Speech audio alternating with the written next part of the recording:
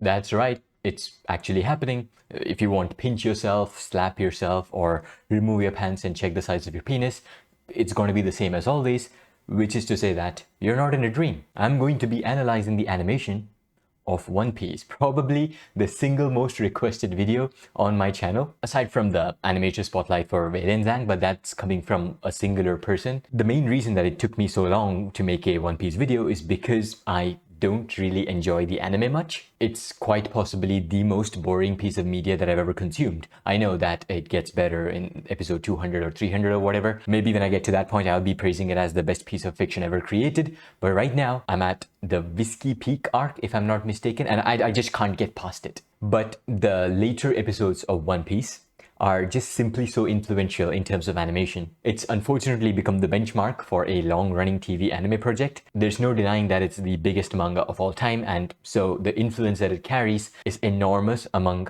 the young animator generation, and because of them, Sakura fans as well. So I decided I have to make this video, put aside all of my personal bias, and to do that, I need to method act. I need to pretend, nay, truly believe that I am a One Piece fan. So it's only fair that I treat every single episode of this work of fiction as the greatest and the most influential masterpiece to ever exist. As such, this is going to be an animation analysis of the first episode of One Piece. I'm not talking about the first episode of Egghead or Wano.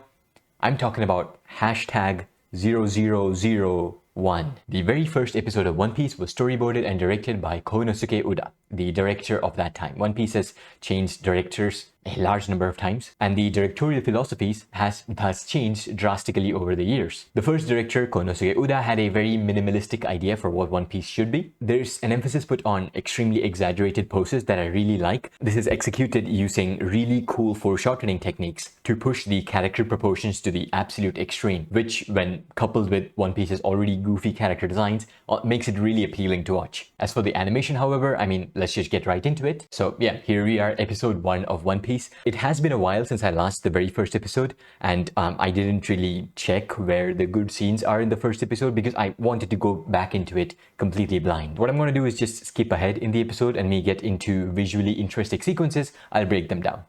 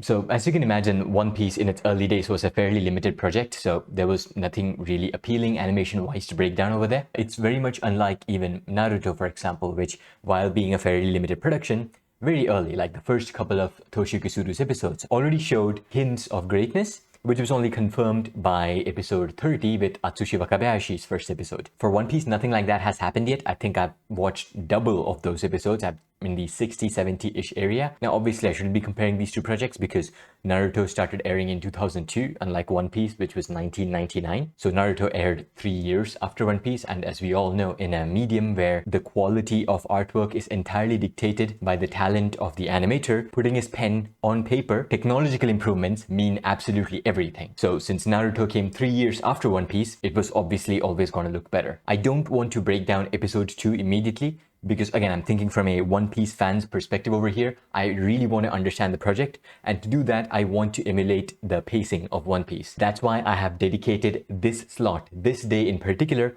for breaking down One Piece videos.